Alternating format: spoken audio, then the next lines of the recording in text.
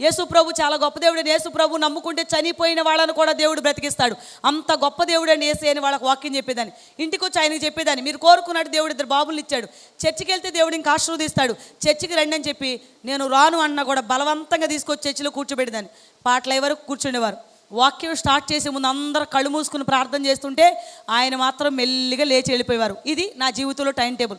ఎంతకాలం నా జీవితం ఇలా గడిచిపోయిందంటే 95వ సంవత్సరం నుంచి 2005వ సంవత్సరం వరకు 10 ఇయర్స్ అదే టైం టేబుల్ అండి. 2005వ సంవత్సరం జనవరి 19వ తారీఖు బుధవారం వచ్చింది. స్త్రీలకోట నడిపించి ఇంటికి వచ్చాను. రాత్రి 9ంటికి రాగానే ఆయన ఒక మాట చెప్పారు, రిప్కా ఇప్పటి వరకు ఊరుకున్నాను, నేను ఊరుకోను.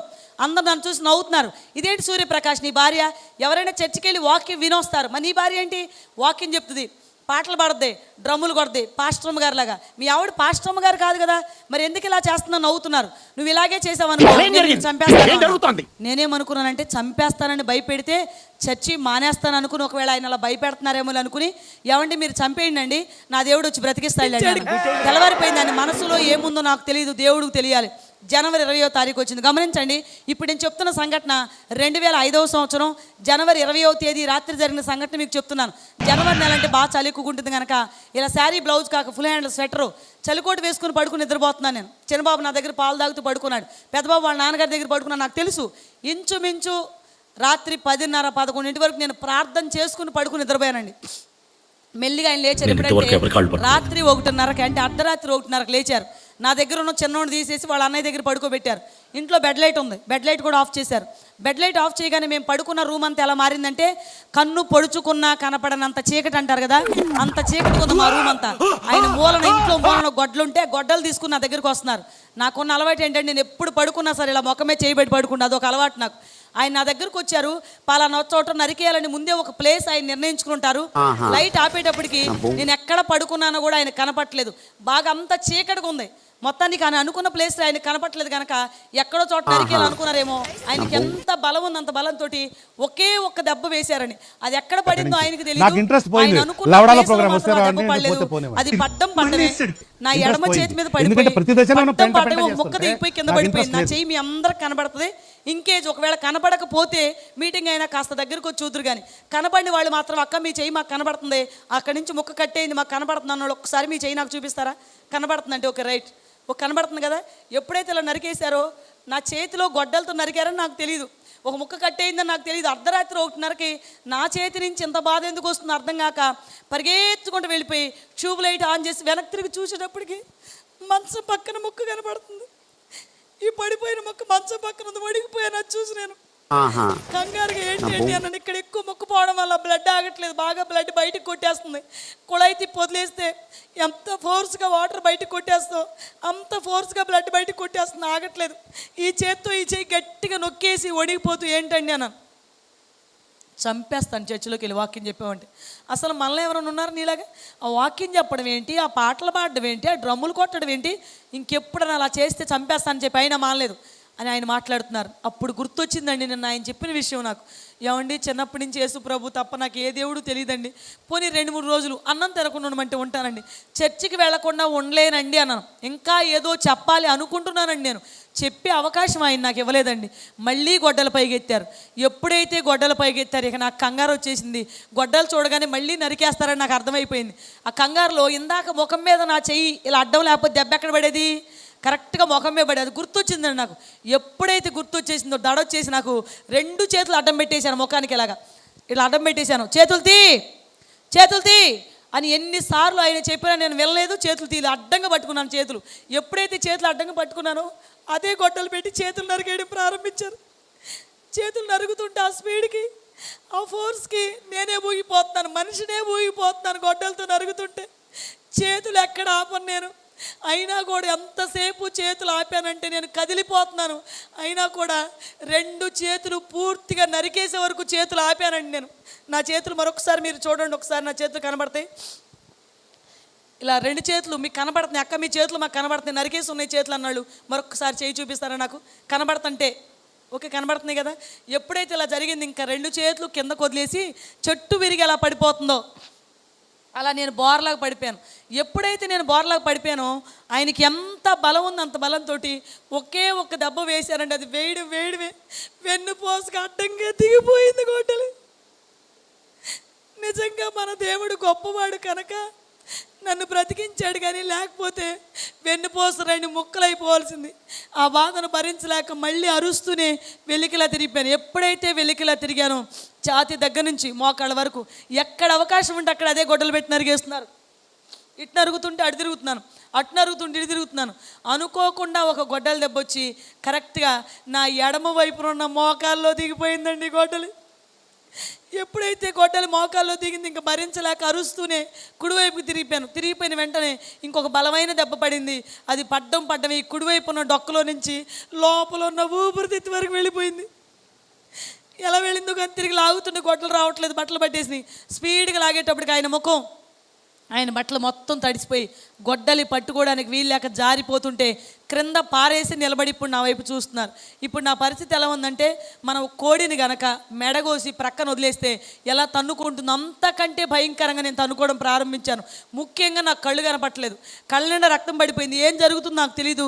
ఇల్లంతా అలా కొట్టుకుంటూనే ఉన్నాను. ఇంకా త్వరగా నా ప్రాణం పోవాలని బహుశా ఆయన కోరికేమో నాకు తెలీదు. మా తలుపు రెక్క అటు ఇటు ఇలా ఊగుతుంటే అలా ఊగకుండా ఉండాలని నేను ఒక ఇటుకరాయి తీసుకెళ్ళి తలుపు రెక్కకి అడ్డం పెట్టాను చాలా రోజుల క్రిందట. ఆ ఇటుకరాయి ఎప్పుడు అక్కడే ఉంటుంది. ఆయన వెళ్ళి తలుపు దగ్గర ఇటుకరాయి తీసుకుని నా దగ్గరకు వచ్చారు. నా దగ్గర కూర్చుని ఆ ఇటుకరాయి పెట్టి నా గుండెల మీద కొట్టడం ప్రారంభించారు.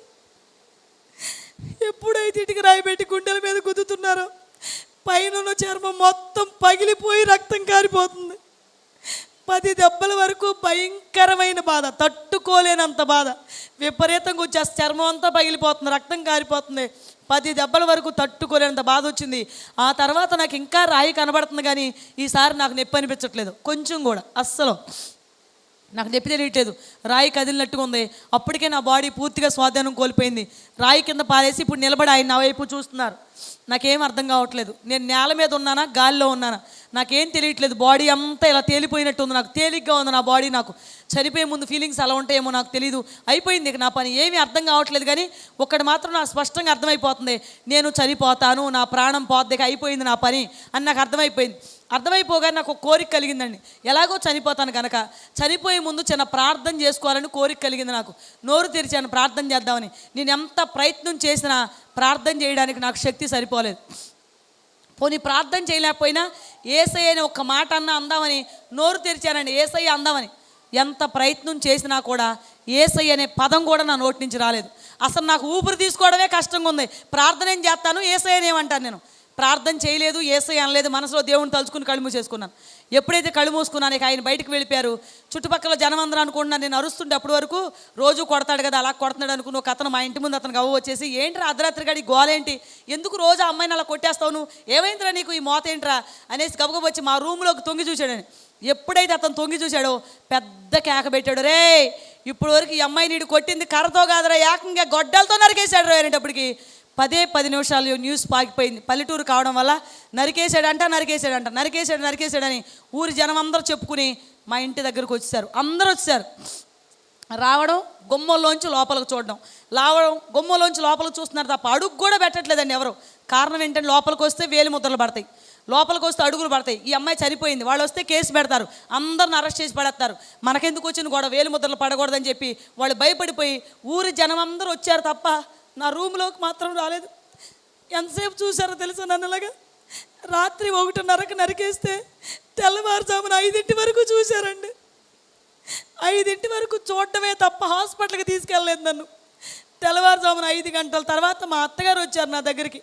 ఆవిడ కూడా బహుశా నేను చనిపోయానని ఏడుస్తున్నారు, గట్టిగా ఏడుస్తున్నారు, చెంపల మీద కొడుతున్నారు. అమ్మాయి నన్ను పిలుస్తున్నారు. నాకు అనిపించింది మా అత్తగారు వచ్చారు, మాట్లాడదామంటే నాకు మాటలు రావట్లేదు. పోనీ కాళ్ళు చేతులు అటు ఇటు ఇలా కదుపుదామంటే నాకు మొత్తం తెగిపోయి ఉన్నాయి, కాళ్ళు చేతులు కదలట్లేదు. ఈవిడికి నేను బ్రతుకున్నాన విషయం ఎలా చెప్పాలని శక్తి అంతా కూడ తీసుకుని మూలుగుతుంటే ఆవిడ వింది. అదిగో ఆమె మూలుగుతుంది, ప్రాణం ఉన్నట్టుంది, హాస్పిటల్లో జాయిన్ చేద్దామనేటప్పటికి ప్రాణం ఉందని నాకు బయట వాళ్ళకి ధైర్యం వచ్చింది. 2-3 దుప్పట్లు తెచ్చేశారు, చుట్టేసి ఒక ఆటో మాట్లాడుకొచ్చి ఆటోలో పడుకోబెట్టి ఎక్కడికి తీసుకెళ్దామన్నారు. విజయవాడ వెళ్ళిపోదామండి అన్నారు. విజయవాడ మాకు 70 కిలోమీటర్లు. విజయవాడ వెళ్ళేలోపు అమ్మాయి చచ్చిపోద్దన్నారు. గుడివాడలో జాయిన్ చేద్దామన్నారు. గుడివాడ మాకు 12 కిలోమీటర్లు. గుడివాడ వెళ్ళేలోపు ఆటో కుదుపుకి ఆమె ప్రాణం మధ్యలోనే పోద్ది, వద్దు రాత్రి ఎప్పుడో నరికేసాడు, తెల్లారిపోయింది వద్దన్నారు. మరి ఏం చేద్దామన్నారు. పక్కనే హాస్పిటల్ ఉంది, జాయిన్ చేసేద్దామనేసి మా ఊరికి 1 కిలోమీటర్ దూరంలో ఉన్న హాస్పిటల్లో నన్ను జాయిన్ చేశారండి.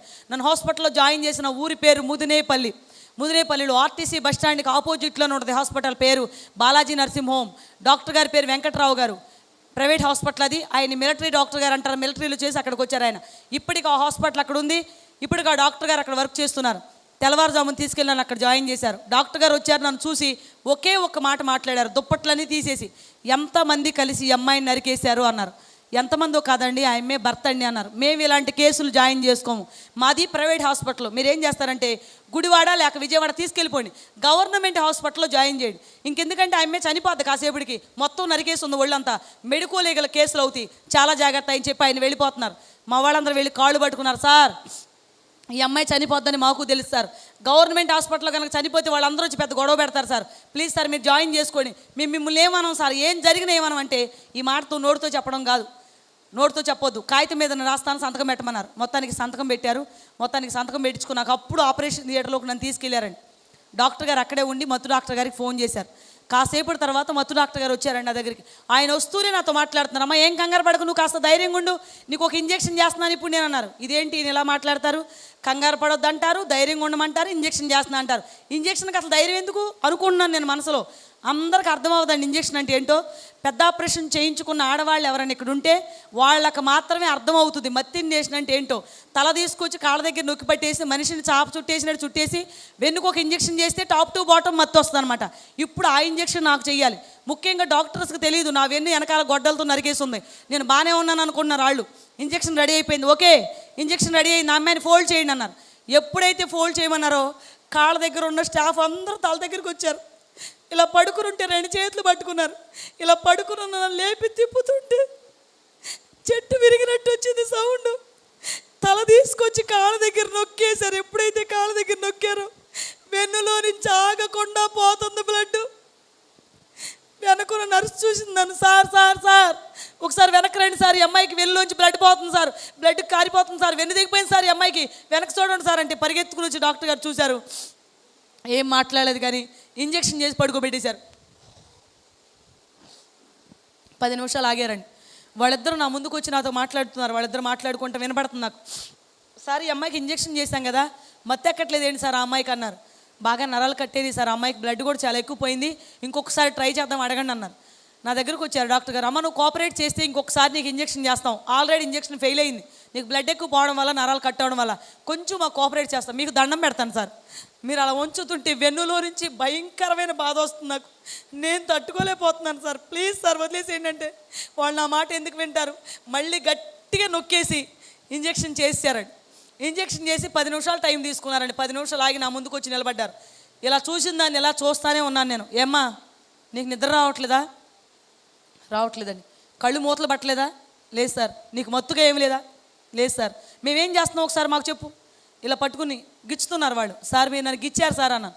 ఆశ్చర్యంగా చూశారు డాక్టర్ గారు నా వైపు. ఒకసారి బంధువులు పిలవండి అన్నారు.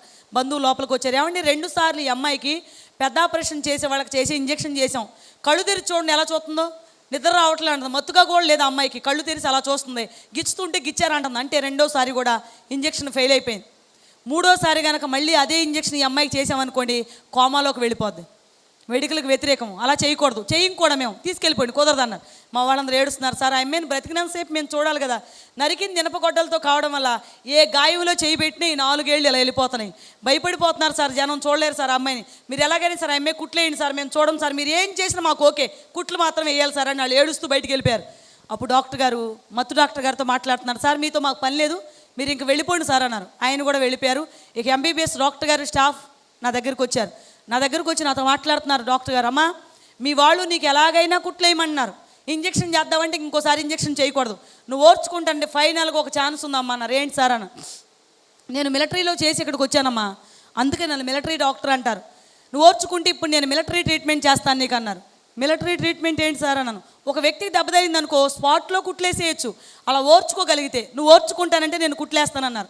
ఓర్చుకుంటాను సార్ వేయండి అన్న. ఓర్చుకుంటాక నీకు 2 కుట్లు 3 కుట్లు పడతాయి అనుకున్నావా అన్నారు. ఎన్ని కుట్లు పడతాయి సార్ అన్నాను. ఎన్ని కుట్లు పడతాయో ముందే చెప్పేశాను అనుకో ఆ మాట విన్నాక భయంతో చచ్చిపోతావు నువ్వు అన్నారు. లేదు సార్ నేను భయపడినావు, ధైర్యంగా ఉంటాను చెప్పండి సార్ అన్నాను. ఓకే భయపడిన అన్నావు కదా, విను, నీకు 85 కుట్లు పైన పడతాయమ్మా అన్నారు. నేను నన్ను 85 కుట్లు పడితే ఎంత బాధ వస్తుందో నాకు తెలియదండి. అంతకంటే భయంకరమైన బాధ ఉంది నా మనసులో. పెళ్ళంటే నాకు అర్థం తెలియదు, నా జీవితమే పోయింది. ఆ బాధ ముందు ఈ బాధ ఎంత సార్, నేను ఓర్చుకుంటాను సార్, మీరు వేయండి అన్నాను. ఎప్పుడైతే వేయమన్నానో డాక్టర్ గారు వచ్చారు. ఓకే రెడీ చేయండి, మరి అమ్మాయి ఓర్చుకుంటా అన్నారు. మొత్తానికి రెడీ అయిపోయింది. స్టాఫ్ని పిలిచారు, చుట్టూ నిలబడని, కాళ్ళు చేతులు గట్టిగా పట్టుకొని అమ్మాయిని అసలు కదలనే వద్దన్నారు. గట్టిగా పట్టుకున్నారు. నాకు ఆ బాధ ఏంటో నాకు తెలియదు కనుక ఏం చేస్తారులే అన్నట్టు చూస్తున్నాను నేను, అలాగే చూస్తున్నాను నేను. నిజంగా బాధ ఏంటో ముందే తెలిస్తే పొరపాటును కూడా నేను కుట్లు వేయమనకు పోదును. మొదలుపెట్టి నాకు తెలిసింది అసలు బాధ అంటే ఏంటో. నాకు ఏం చేస్తారా అని చూస్తున్నాను. డాక్టర్ గారి వైపు నేను సూది పట్టుకుని సూదికి వైరెక్కిస్తున్నాను. నేను అలాగే చూస్తున్నాను నేను. అయిపోయింది, చెయ్యి ఎక్కువ ముందుకు చాపారు. ఇక్కడ ఎక్కువ మొక్కపోయింది కనుక పోయిన ముక్క దగ్గర కండ జాగ్రత్తగా పట్టుకుని ఆ అమ్మాయి మొహానికి ఏమైనా కప్పండి అన్నారు. క్లాత్ కప్పేశారు నా మొహానికి. కప్పే కానీ చెయ్యాలి అడ్డం పెట్టారు. ఈ సూది పట్టుకుని ఈ కండలోకి జాగ్రత్త గట్టిగా అలా కండ పట్టుకుని లోపల సూదికి వచ్చేలా లాగారండి. ఎప్పుడైతే లాగారు కండలోకి సూది దిగడం నాకు స్పష్టంగా తెలుస్తుంది.